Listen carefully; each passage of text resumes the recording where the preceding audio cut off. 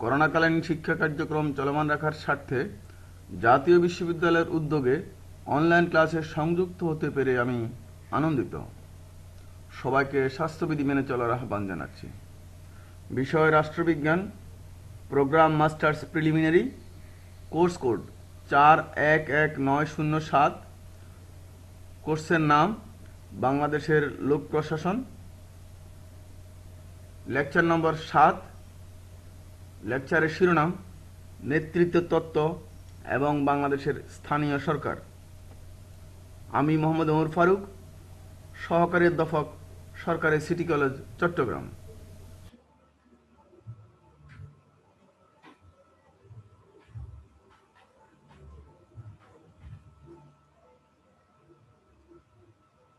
শিক্ষণফল।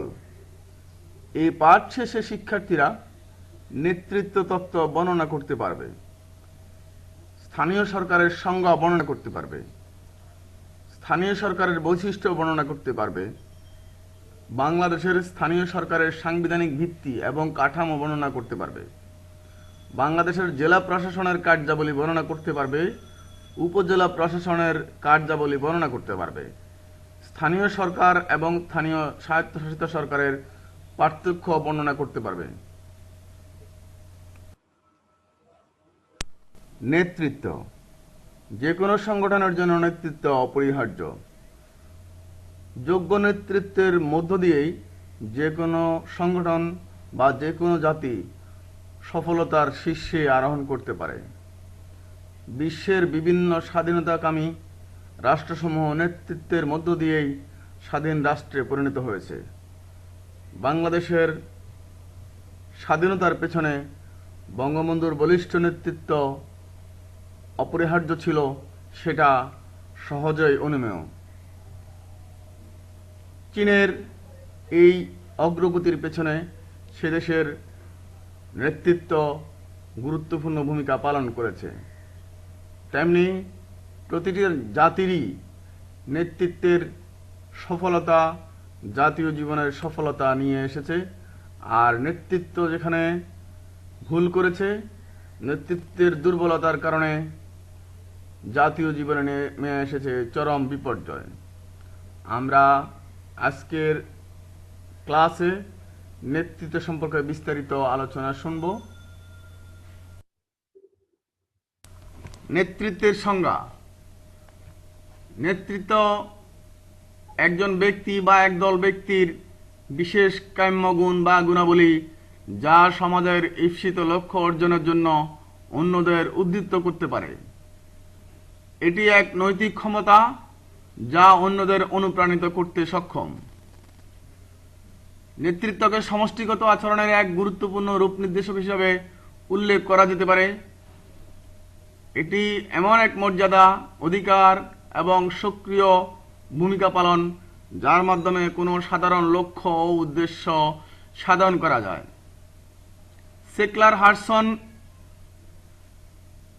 উল্লেখ করেছেন তার অর্গানাইজেশন অ্যান্ড ম্যানেজমেন্ট গ্রন্থে, বৃহদায়তন সংগঠনের নেতৃত্ব বলতে প্রতিষ্ঠানের উদ্দেশ্য সাধনের নিমিত্তে কোনো সাধারণ কর্ম প্রচেষ্টায় সমবেতভাবে কর্ম সম্পাদন করতে মানুষকে প্রভাবিত এবং উৎসাহিত করাকে বোঝায়।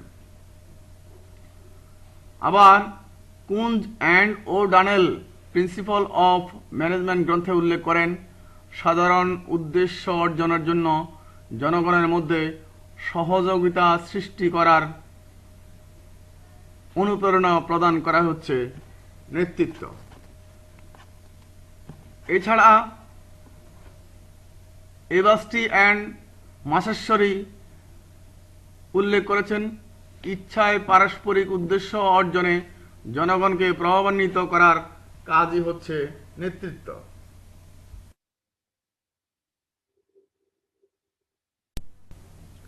নেতৃত্বের প্রয়োজনীয় শর্তাবলী। কোনো বিষয় কতটুকু তাত্ত্বিক বা বাস্তবিক তা কতগুলো প্রয়োজনীয় শর্তের উপর নির্ভরশীল, তেমনি নেতৃত্বের জন্য কতগুলো প্রয়োজনীয় শর্তের উপস্থিতি প্রয়োজন।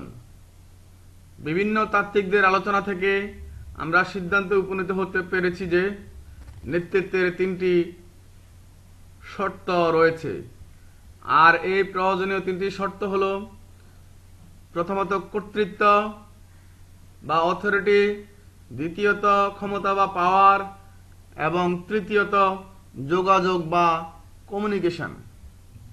প্রথমেই আলোচনা করছি কর্তৃত্ব বা অথরিটি প্রসঙ্গে। যে কোনো সংগঠন পরিচালনার জন্য একটি নির্দিষ্ট কর্তৃত্বের প্রয়োজন, যা সংগঠনের শীর্ষস্থান হতে নিম্ন দিকে প্রবাহিত হয় এবং নিম্ন স্তরের কর্মচারীগণ কর্তৃক গৃহীত হওয়ার উপরই তার কার্যকারিতা নির্ভরশীল। কর্তৃত্বের প্রবাহের ধারাবাহিকতা নিয়ে সর্বজনবিদিত কোনো সংজ্ঞা না থাকলেও তার কিছু অংশের উপর থেকে নিচে এবং কিছু নিচ থেকে উপরের দিকে প্রবাহিত হয়ে থাকে। এখানে অত্যন্ত গুরুত্বপূর্ণ হলো নেতা এবং অনুগামীদের মধ্যে মতৈক্য বা সমঝোতা। যে কোনো ক্ষেত্রেই কর্তৃত্ব ও ক্ষমতা ঊর্ধ্বতন কর্মকর্তার উপর ন্যস্ত থাকে, যা চিরন্তন। এমত অবস্থায় অধস্তন কর্মচারীদের ঊর্ধ্বতন কর্মকর্তার নির্দেশ অনুযায়ী কাজ করতে হয়। ক্ষমতা বা পাওয়ার সংগঠন সুষ্ঠুভাবে পরিচালনার জন্য এবং কাজের গতিশীলতা তৈরির জন্য নেতৃত্বের প্রয়োজন অধিক পরিমাণ ক্ষমতা। একজন নেতাকে অবশ্যই তার দলীয় আচরণকে প্রভাবিত করতে হয়। নেতা তার কাজের জন্য অনুগামীদেরকে আদেশ দিবেন এবং তাদের কাজের সমন্বয় সাধন করবেন। এমনকি সংগঠনে কোনো সমস্যা দেখা দিলে কিংবা কোনো বিরোধী গ্রুপ কাজ করলে তাদেরকে সমতায় নিয়ে আসবেন। সর্বোপরি নেতাকে সঠিক কার্যপদ্ধতির উপর গুরুত্ব দিতে হবে এবং সংগঠনকে গতিশীল ও কার্যক্রম সমাপ্তির জন্য তাকে প্রচুর ক্ষমতাশালী হতে হয়। তিনি তার ক্ষমতা প্রয়োগ করে অধস্তন কর্মচারীদের উপর আধিপত্য বা কর্তৃত্ব বজায় রাখবেন এবং এইভাবেই তার নেতৃত্ব এগিয়ে যাবে।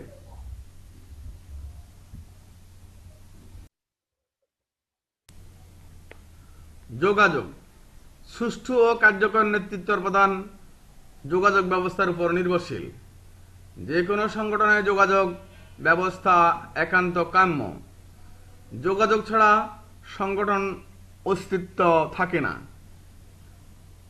যোগাযোগই আদেশ এবং তথ্য প্রবাহের একমাত্র বাহন বা মাধ্যম। তাই যোগাযোগের মধ্য দিয়েই নেতৃত্ব বিকশিত হয় এবং যোগাযোগের অনুপস্থিতি নেতৃত্বের দুর্বলতা টেনে আনে। সংগঠনে সঠিক যোগাযোগ ব্যবস্থা প্রতিষ্ঠা করা এবং একে কার্যকরী করে রাখা নেতৃত্বের একটি বিশেষ গুরুত্বপূর্ণ দায়িত্ব।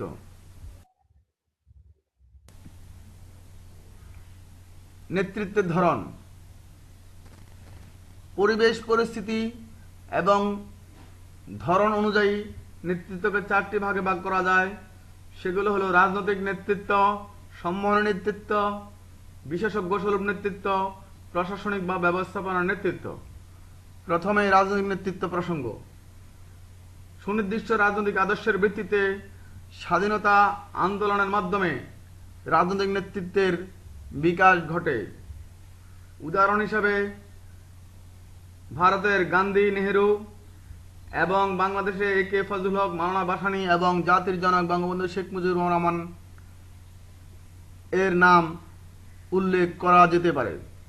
সম্মোহনী নেতৃত্ব, যখন কোনো সমাজে বা রাজনৈতিক ব্যবস্থায় বিশেষ নেতার ব্যক্তিগত গুণ, নৈপুণ্য, মোহনীয় ব্যক্তিত্ব এবং বক্তব্য তার অনুসারীদেরকে আবেগ আপ্লুত করে তোলে এবং জনগণ অন্ধভাবে তাকে সমর্থন করেন, তখন তাকে সম্মোহনী নেতৃত্ব বলা হয়। ইন্দোনেশিয়ার আহমদ সুকর্ণ, ইরানের আয়াতুল্লাহ খোমেনি এবং বাংলাদেশের জাতির জনক বঙ্গবন্ধু শেখ মুজিবুর রহমানের নেতৃত্ব এর উদাহরণ। বিশেষজ্ঞ সুলভ নেতৃত্ব, কোনো ব্যক্তি বিশেষ যখন বিশেষ জ্ঞান এবং দক্ষতার জন্য প্রসিদ্ধি লাভ করে তখন তাকে বিশেষজ্ঞ সুলভ নেতৃত্ব বলা হয়। বাংলাদেশের ডক্টর মোহাম্মদ ইউনূস এর উদাহরণ হতে পারে। প্রশাসনিক বা ব্যবস্থাপনা নেতৃত্ব। প্রশাসনের সাথে সংশ্লিষ্ট বা জড়িত কোনো প্রশাসক যখন নিজের সাফল্য এবং দক্ষতার জন্য অন্যদের নেতৃত্ব অর্জন করতে সক্ষম হয় তখন তাকে প্রশাসনিক বা ব্যবস্থাপনা নেতৃত্ব বলা হয়। নেতৃত্বের গুণাবলী। কোনো সংগঠনের লক্ষ্য অর্জনের জন্য নেতৃত্ব খুবই গুরুত্বপূর্ণ। একজন নেতা তার নিজস্ব গুণাবলীর মাধ্যমে পরিচিত পেয়ে থাকেন এবং বিশেষ কিছু গুণাবলী জনগণকে তার প্রতি আকৃষ্ট করে। চেস্টার আই বার্নার্ড নেতৃত্বের গুণাবলীর প্রসঙ্গে বলেন, একজন নেতাকে প্রাণবন্ততা এবং সহিষ্ণুতা অর্জন করতে হয়, তাকে দৃঢ় প্রতিজ্ঞ এবং অনুপ্রেরণা দানের সামর্থ্য থাকতে হয় এবং দায়িত্বশীলতা ও বুদ্ধিগত ক্ষমতা থাকতে হয়। অধ্যাপক ক্লিভল্যান্ড নেতৃত্বের গুণাবলী সম্পর্কে বলেন, নেতাকে অবশ্যই রাষ্ট্রীয় স্বার্থ সম্পর্কে উৎসাহিত হতে হবে, তিনি নিজের চিন্তা নিজেই করবেন, নিজেই জনগণের সাথে যোগাযোগ রক্ষা করবেন এবং যথেষ্ট বাস্তব অভিজ্ঞতা সম্পন্ন হবেন। জন ডি মিলেট নেতৃত্বের বিশেষ গুণাবলীর প্রসঙ্গে বলেন, নেতৃত্বের জন্য প্রয়োজন সুস্বাস্থ্য, লক্ষ্যবোধ, উৎসাহ উদ্দীপনা, বুদ্ধিমত্তা, সাধুতা, বিচার শক্তি, ন্যায়বোধ এবং আনুগত্যতা। George Terry principle of management গ্রন্থ উল্লেখ করেন, নেতৃত্বকে নিম্নোক্ত গুণাবলী অর্জন করতে হবে, যথা কর্মশক্তি বা কর্মদক্ষতা, মানসিক স্থিতিশীলতা, আবেগ নিয়ন্ত্রণের ক্ষমতা, মানব সম্পর্কে যথাযথ জ্ঞান, ব্যক্তিগত অনুপ্রেরণা, শিক্ষাগত যোগ্যতা, নিজেকে প্রকাশ করার ক্ষমতা, কর্মদক্ষতা, সামাজিক দক্ষতা এবং যোগ্যতা ও কারিগরি দক্ষতা ইত্যাদি।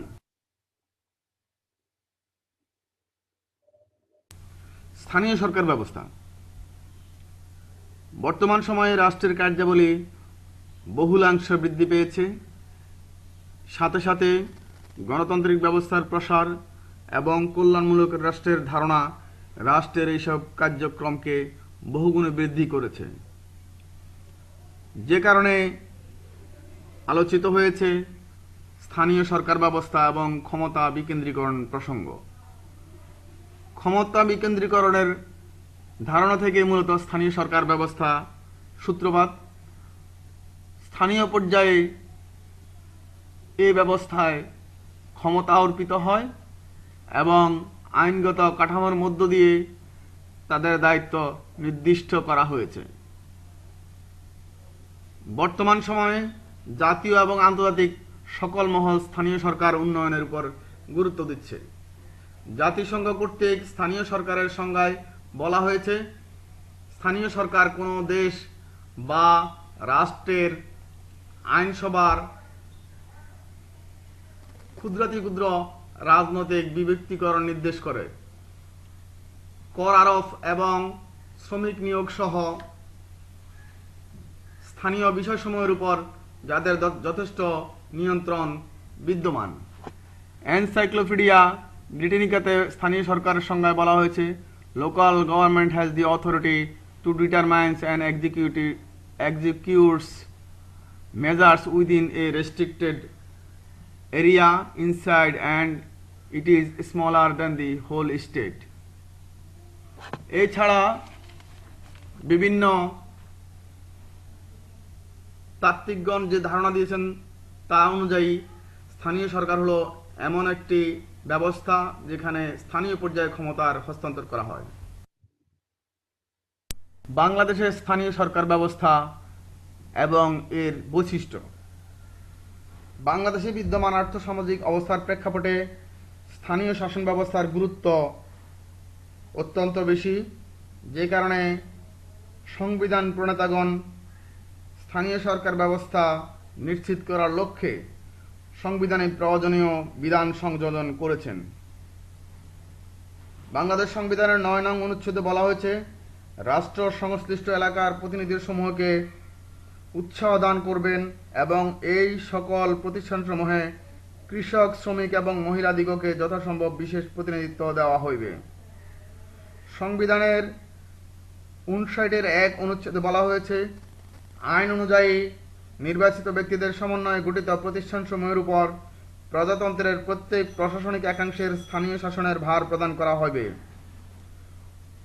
59-2 স্থানীয় সরকার প্রতিষ্ঠানসমূহ ও তাদের কর্মকর্তা কর্মচারীদের জন্য প্রয়োজনীয় আইন প্রণয়ন ক্ষমতা সংসদকে দেওয়া হয়েছে। 60 নং অনুচ্ছেদে বলা হয়েছে, সংবিধানের 59 নং অনুচ্ছেদে বর্ণিত বিধানাবলীকে পূর্ণ কার্যকারিতা প্রদানের উদ্দেশ্যে সংসদ আইনের দ্বারা উক্ত অনুচ্ছেদে উল্লেখিত ও স্থানীয় শাসন সংক্রান্ত প্রতিষ্ঠানসমূহের স্থানীয় প্রয়োজনে কর আরোপ করার ক্ষমতা সহ বাজেট প্রস্তুতকরণ ও নিজস্ব তহবিল রক্ষণাবেক্ষণের ক্ষমতা প্রদান করবেন। স্থানীয় সরকার ব্যবস্থায় যে বিশেষ কয়েকটি বৈশিষ্ট্য রয়েছে, এর মধ্যে উল্লেখযোগ্য হল, আইনি বিধিমেলার অধীনে এটি একটি রাজনৈতিক ব্যবস্থা। এটি নির্দিষ্ট ভৌগোলিক এলাকায় সংগঠিত স্থানীয়ভাবে জনগণকে পরিচালিত করে এবং তাদের নির্বাচিত সংস্থা। এটি স্থানীয় পর্যায়ে প্রশাসন ও কর আরোপের ক্ষমতা ভোগ করে থাকে।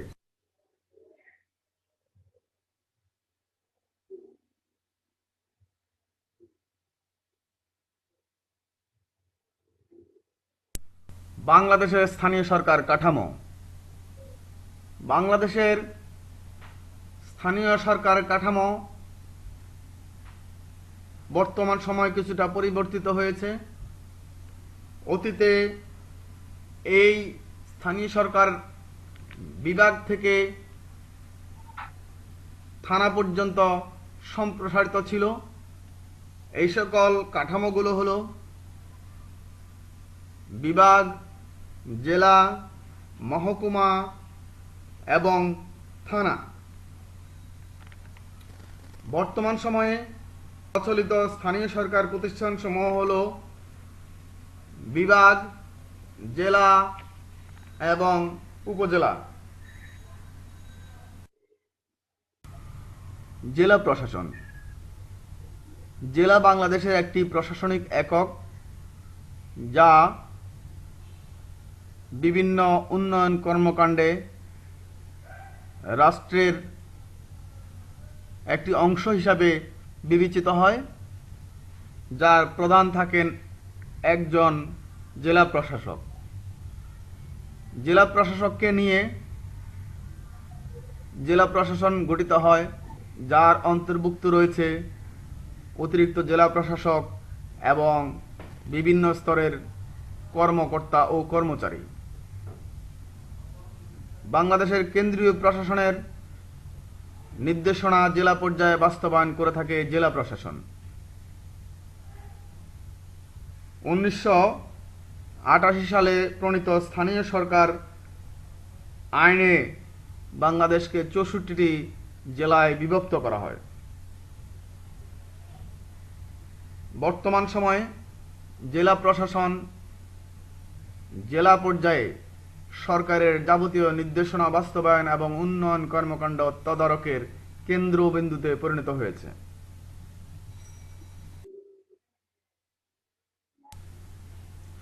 জেলা প্রশাসন বাংলাদেশের স্থানীয় সরকারের একটি প্রতিষ্ঠান এবং প্রশাসনিক ইউনিট।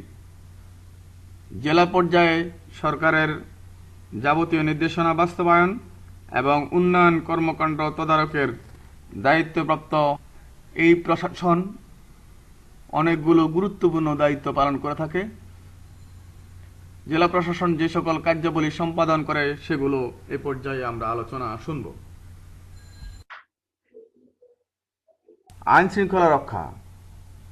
আইন শৃঙ্খলা রক্ষা করার দায়িত্ব আইন প্রয়োগকারী সংস্থার হলেও জেলা প্রশাসন একটি জেলার সার্বিক আইন শৃঙ্খলা পরিস্থিতি মনিটর করে থাকেন এবং সরকারের ঊর্ধ্বতন মহলে প্রয়োজনীয় তথ্য প্রেরণ করে থাকে এবং সরকারের ঊর্ধ্বতন মহল থেকে যে সকল নির্দেশনা আসে সেগুলো বাস্তবায়নের জন্য সচেষ্ট থাকে জেলা প্রশাসন। পুলিশ সহ অন্যান্য বাহিনীর সহযোগিতায় প্রশাসনিক সহায়তা দিয়ে থাকে জেলা প্রশাসন।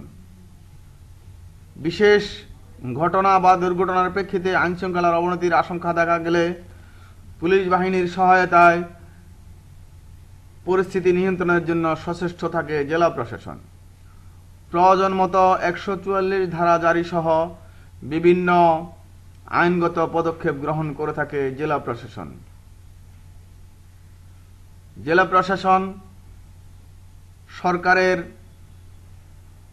জেলা পর্যায়ের এজেন্ট হিসাবে আইন শৃঙ্খলা রক্ষার জন্য সকল ধরনের নির্দেশনা বাস্তবায়নে সচেষ্ট থাকে সবসময়।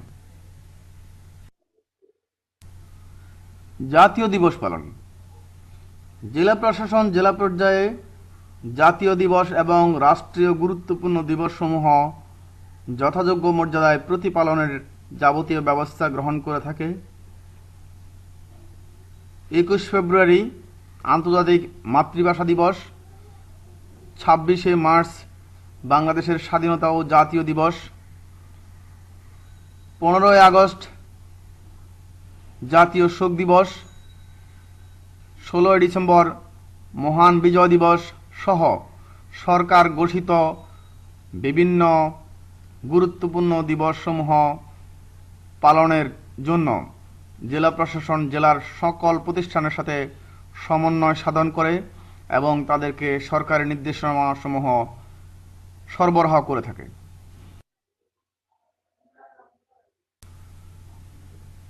রাজস্ব ও কর ধার্য এবং আদায়। ব্রিটিশ শাসনামল থেকে জেলা পর্যায়ে জেলা প্রশাসনকে কর আদায়ের দায়িত্ব পালন করতে হয় এবং যে কারণে জেলা প্রশাসককে বলা হয় ডেপুটি কালেক্টর। জেলা প্রশাসক নিয়োজিত জেলার সরকারি ব্যয়ের অর্থ রাজস্বের মাধ্যমে আদায়ের ব্যবস্থা করে থাকেন। ভূমি রাজস্ব সহ বিভিন্ন ধরনের কর ধার্য এবং তা আদায়ের যাবতীয় ব্যবস্থা গ্রহণ করে থাকেন।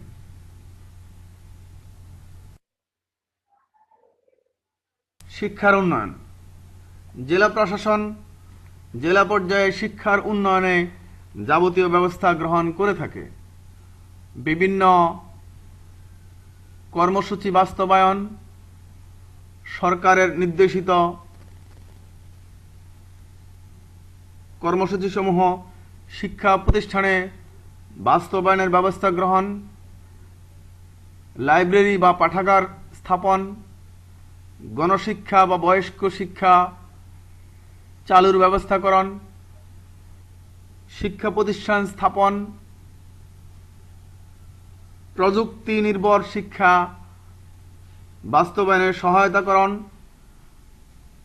সরকারের কেন্দ্রীয় পর্যায় থেকে যে সকল নির্দেশনা আসে সেগুলো শিক্ষা প্রতিষ্ঠানে বাস্তবায়নের ব্যবস্থাকরণ ইত্যাদি বিবিধ কাজ করে থাকে জেলা প্রশাসন। জেলা প্রশাসন একটি জেলাকে শিক্ষার উন্নয়নের জন্য যাবতীয় প্রয়োজনীয় প্রশাসনিক ব্যবস্থা গ্রহণ করে থাকেন। চিকিৎসা ব্যবস্থার উন্নয়ন। সবার জন্য স্বাস্থ্য এই স্লোগানকে সামনে রেখে জেলা প্রশাসন কাজ করে যাচ্ছে। জেলা পর্যায়ে জনগণের স্বাস্থ্যসেবা নিশ্চিত করার জন্য জেলা প্রশাসন সরকারের স্বাস্থ্য বিভাগকে প্রয়োজনীয় নির্দেশনা ও সহযোগিতা দিয়ে আসছে। 2020 সালে করোনা মহামারী মোকাবেলায় জেলা প্রশাসন বলিষ্ঠ ভূমিকা পালন করেছে। জেলায় হাসপাতাল সহ বিভিন্ন স্থাপনা নির্মাণ এবং পরিচালনায় জেলা প্রশাসন সরকারের দৃষ্টি আকর্ষণ করে এবং স্বাস্থ্য খাতের বিভিন্ন তথ্য সরকারের নিকট প্রেরণ করে। কৃষির উন্নয়ন। এখনো বাংলাদেশের অধিকাংশ লোক কৃষিকার্যে নিয়োজিত। প্রায় ৮০% জনগণ সরাসরি কৃষির উপর নির্ভরশীল। এদেশের কৃষি পণ্যের উৎপাদন বৃদ্ধি, কৃষকদেরকে প্রয়োজনীয় প্রশিক্ষণ দান, সহায়তা দান, প্রয়োজনীয় দ্রব্যাদি সরবরাহ, কৃষি বিভাগের অব্যবস্থাপনা দূরীকরণ, সরকারের সাহায্যসমূহ কৃষকদের কাছে পৌঁছানো, সরকারের নির্দেশনা বাস্তবায়ন ইত্যাদি ক্ষেত্রে জেলা পর্যায়ে জেলা প্রশাসন গুরুত্বপূর্ণ ভূমিকা পালন করছে এবং জেলা প্রশাসনের সহযোগিতায় কৃষির উন্নয়ন ত্বরান্বিত হচ্ছে। বিনোদনমূলক কার্য। জেলা প্রশাসন জেলা পর্যায়ে জনসাধারণের সুস্থ মানসিকতার বিকাশে বিভিন্ন বিনোদনমূলক কার্যক্রম গ্রহণ করে থাকে।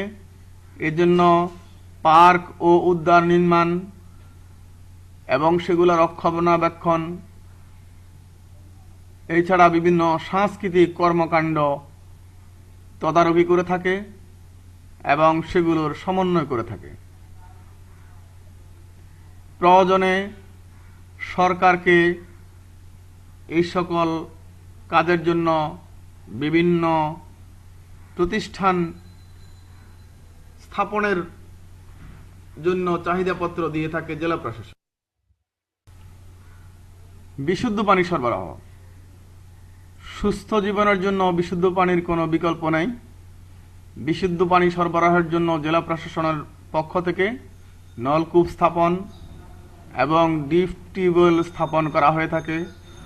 প্রাকৃতিক দুর্যোগের সময় বিশুদ্ধ পানির সংকট দেখা দিলে জেলা প্রশাসন পানি বিশুদ্ধকরণ ট্যাবলেট সহ যাবতীয় সহায়তা প্রদান করে থাকে। এছাড়া স্থায়ীভাবে কোনো বিশুদ্ধ পানির সংকট থাকলে সরকারের দৃষ্টি আকর্ষণের মাধ্যমে সেই সমস্যা সমাধান করে থাকে। মেলা ও প্রদর্শনীর আয়োজন। বাংলাদেশের মানুষ প্রাচীন ঐতিহ্যের ধারক ও বাহক। এদেশে যুগ যুগ ধরে প্রচলিত রয়েছে বিভিন্ন মেলার আয়োজন। সাম্প্রতিক সময়ে বিভিন্ন প্রদর্শনীর আয়োজন আমরা লক্ষ্য করি। বৈশাখী মেলা, ঈদ আনন্দ মেলা, 21-এর বই মেলা সহ বিভিন্ন ধরনের মেলা আয়োজনে জেলা প্রশাসন সংশ্লিষ্টদেরকে অনুমতি এবং প্রয়োজনীয় সহায়তা করে থাকে। সাম্প্রতিক সময়ে উৎপাদিত পণ্যের বিপণনের জন্য বিভিন্ন ধরনের মেলা আয়োজিত হয়ে থাকে। বৃক্ষ মেলা, কৃষি মেলা এদেশের কৃষির উন্নয়নে এবং পরিবেশের উন্নয়নে গুরুত্বপূর্ণ ভূমিকা পালন করে, যা আয়োজনে জেলা প্রশাসন সংশ্লিষ্টদেরকে সহায়তা করে থাকে এবং পৃষ্ঠপোষকতা দিয়ে থাকে।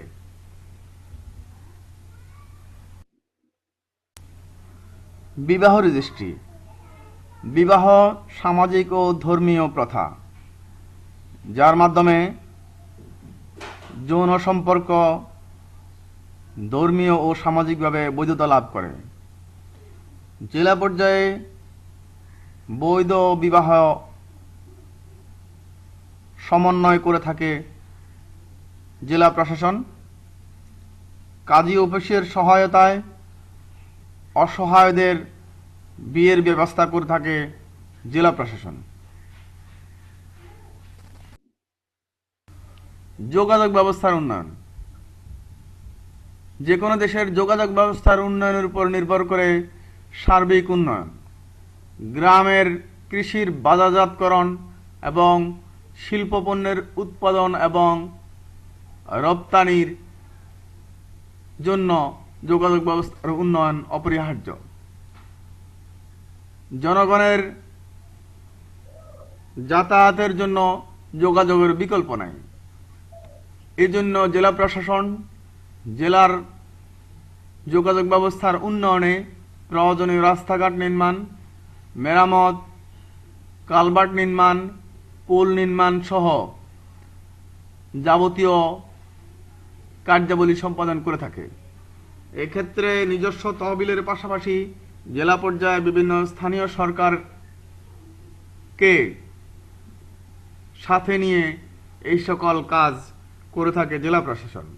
একই সাথে জেলার যোগাযোগ ব্যবস্থার উন্নয়নের বিভিন্ন প্রকল্পের কথা সরকারের উচ্চ মহলে পাঠিয়ে থাকে বা চাহিদাপত্র দিয়ে থাকে জেলা প্রশাসন। উপজেলা প্রশাসন 1982 সালের 28 মার্চ বাংলাদেশে সামরিক শাসন জারি হয়।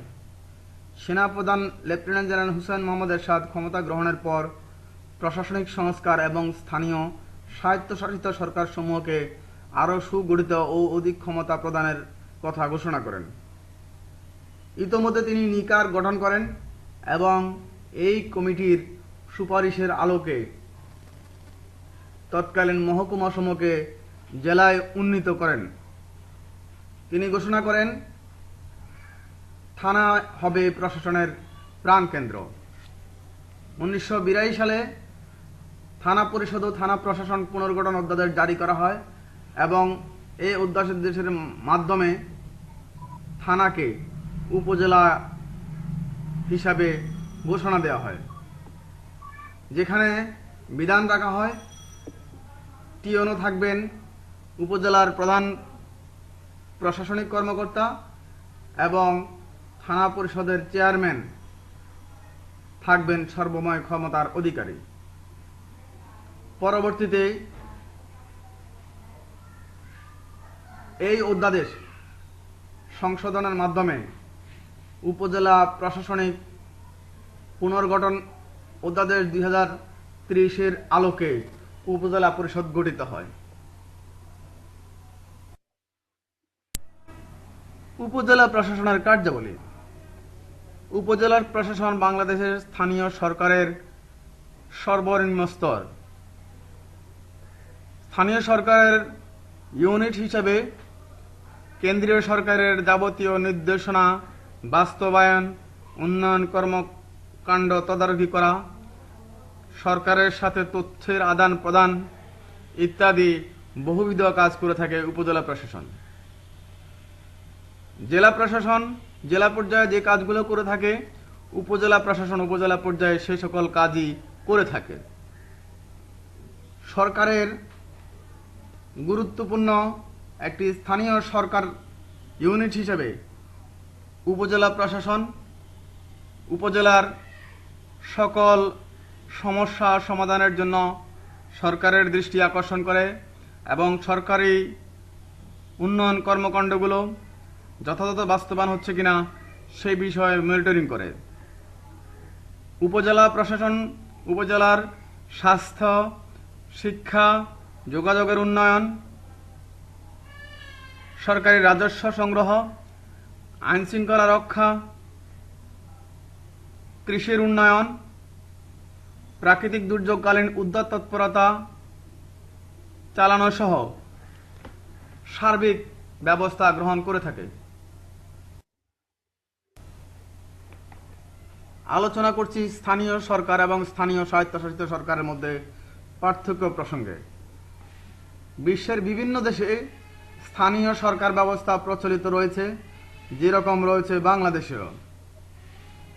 সে সকল দেশে স্থানীয় শাসন এবং স্থানীয় স্বায়ত্তশাসিত সরকার একই অর্থে ব্যবহৃত হয়, কিন্তু বাংলাদেশে স্থানীয় শাসন এবং স্থানীয় স্বায়ত্তশাসিত সরকার ভিন্ন হিসাবে সকলের নিকট পরিচিত।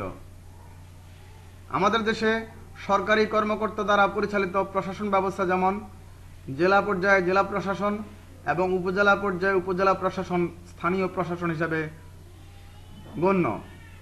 অপরদিকে জনগণের নির্বাচিত প্রতিনিধির মাধ্যমে পরিচালিত জেলা পর্যায়ে জেলা পরিষদ, বড় বড় শহরগুলোতে সিটি কর্পোরেশন উপজেলা পর্যায়ে উপজেলা পরিষদ ও পৌরসভা এবং ইউনিয়ন পর্যায়ে ইউনিয়ন পরিষদ স্থানীয় স্বায়ত্তশাসিত সংস্থা হিসাবে সকলের নিকট পরিচিত। উভয় ধরনের প্রতিষ্ঠানের কার্যক্রম মোটামুটি একই ধরনের হলেও পরিচালনার ক্ষেত্রে পার্থক্য আমরা লক্ষ্য করি। আমরা এই পর্যায়ে সেই বিষয়গুলো আলোচনা করব।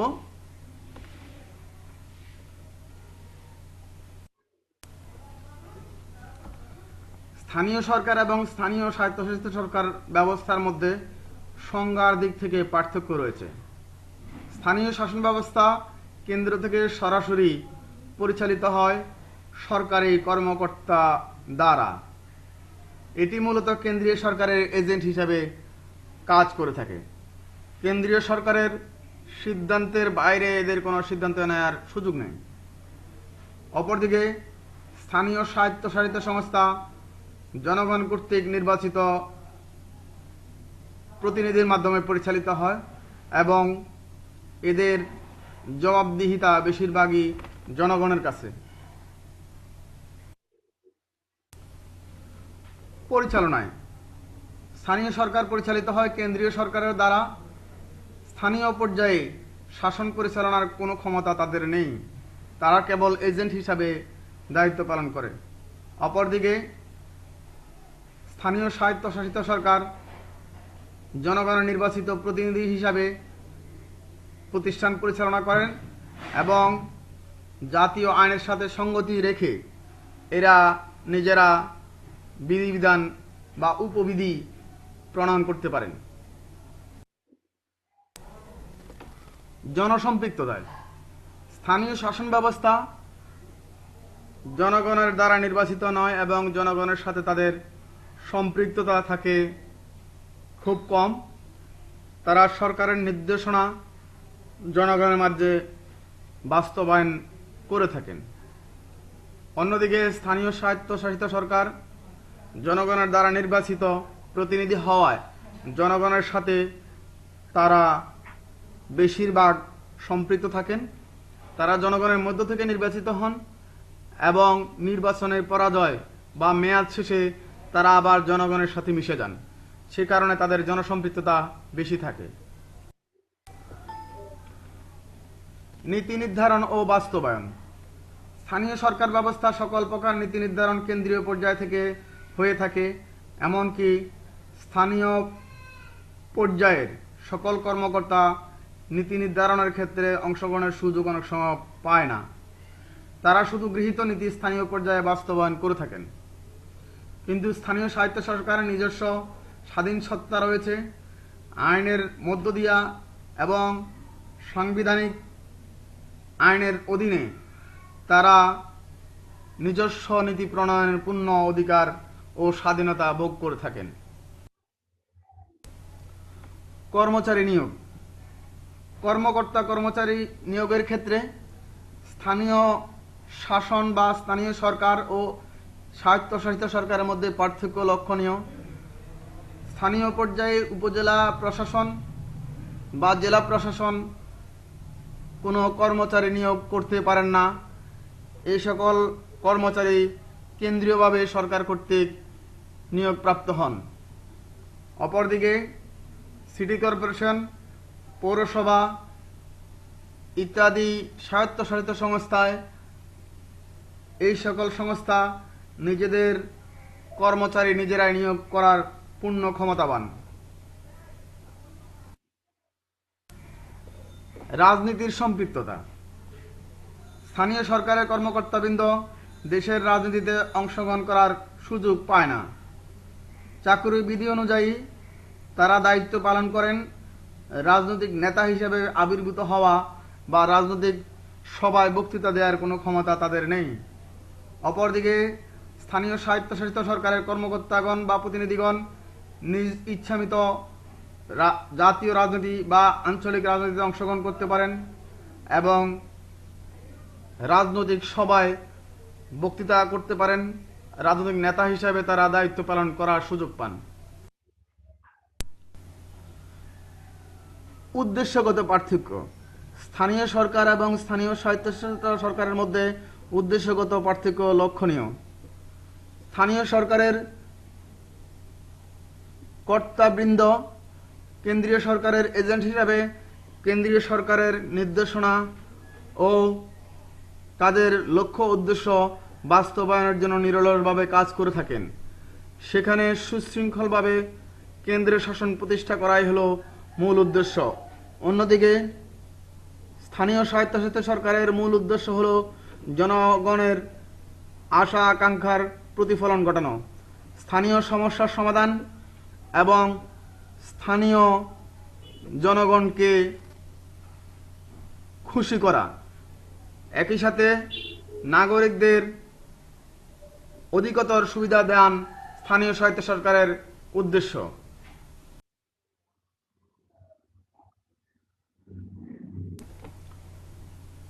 পরিকল্পনা প্রণয়ন ও বাস্তবায়ন। স্থানীয় সরকারগুলো কেন্দ্রীয় সরকার কর্তৃক প্রদত্ত দায় দায়িত্বই কেবল পালন করেন। তারা নিজস্ব ইচ্ছা অনিচ্ছা অনুসারে কোনো পরিকল্পনা গ্রহণ, বর্জন বা বাস্তবায়ন করতে পারেন না। অন্যদিকে স্থানীয় স্বায়ত্তশাসিত সরকারসমূহ নিজস্ব পরিকল্পনা প্রণয়ন ও বাস্তবায়নে ব্যাপক ক্ষমতার অধিকারী।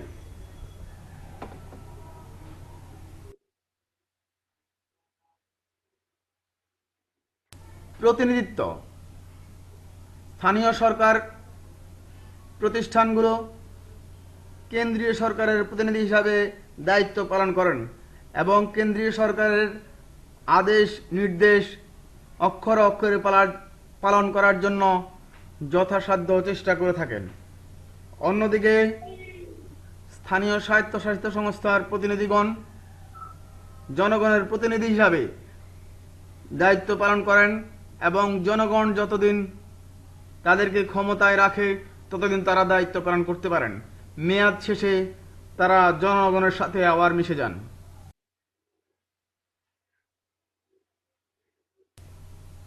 দায়বদ্ধতা।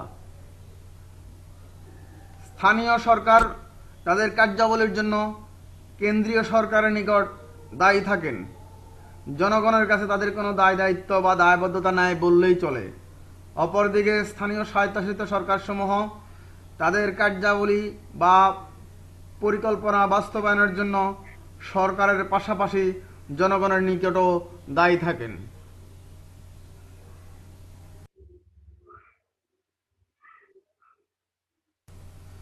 বাজেট প্রণয়ন। স্থানীয় সরকার প্রতিষ্ঠানসমূহের নিজস্ব কোনো বাজেট প্রণয়নের ব্যবস্থা নেই বা তাদের কোনো ক্ষমতাও নেই। তারা কেন্দ্রীয় সরকার কর্তৃক যে বাজেট দেওয়া হয় তা বাস্তবায়নের জন্য তৎপর থাকেন। অপরদিকে স্থানীয় স্বায়ত্তশাসিত সংস্থাসমূহ তারা প্রতি অর্থ বছরে তাদের পূর্ণাঙ্গ বাজেট পেশ করেন এবং সরকার থেকে প্রাপ্ত অর্থ এবং তাদের আদায়কৃত অর্থের মাধ্যমে তা বাস্তবায়নের জন্য সচেষ্ট থাকেন। স্থায়িত্ব। স্থানীয় সরকার প্রতিষ্ঠান যথা জেলা প্রশাসন ও উপজেলা প্রশাসন স্থায়ী প্রতিষ্ঠান। এদের কোনো নির্দিষ্ট কার্যকাল নেই। অন্যদিকে স্থানীয় স্বায়ত্তশাসিত সংস্থাসমূহের স্থায়িত্ব গঠনতন্ত্র বা আইনের আলোকে নির্ধারিত। নির্দিষ্ট মেয়াদ শেষে নির্বাচনের মাধ্যমে নতুন নেতৃত্ব সৃষ্টি হয়। অপসারণ। স্থানীয় সরকারের কর্তা ব্যক্তিগণ সরকার চাইলেই কেবল অপসারিত হন এবং তার স্থলাভিষিক্ত হন নতুন কর্মকর্তা, কিন্তু জনগণ তাদেরকে অপসারণ করার কোনো সুযোগ নাই। কিন্তু স্বায়ত্তশাসিত সরকারের নেতৃবৃন্দ জনগণের প্রতিনিধি হিসাবে জনগণ তথা প্রতিনিধিদের অনাস্থার মাধ্যমে অপসারিত হতে পারেন এবং গুরুতর অনিয়মের অভিযোগে সরকারও তাদেরকে অপসারণ করে থাকেন।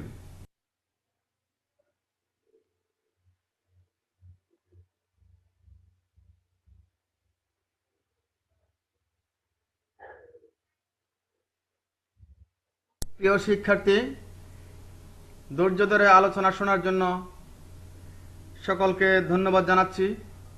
যে যেখানে থাকো, স্বাস্থ্যবিধি মেনে নিরাপদ ও সুস্থ থাকবে এই কামনায় শেষ করছি আজকের ক্লাস।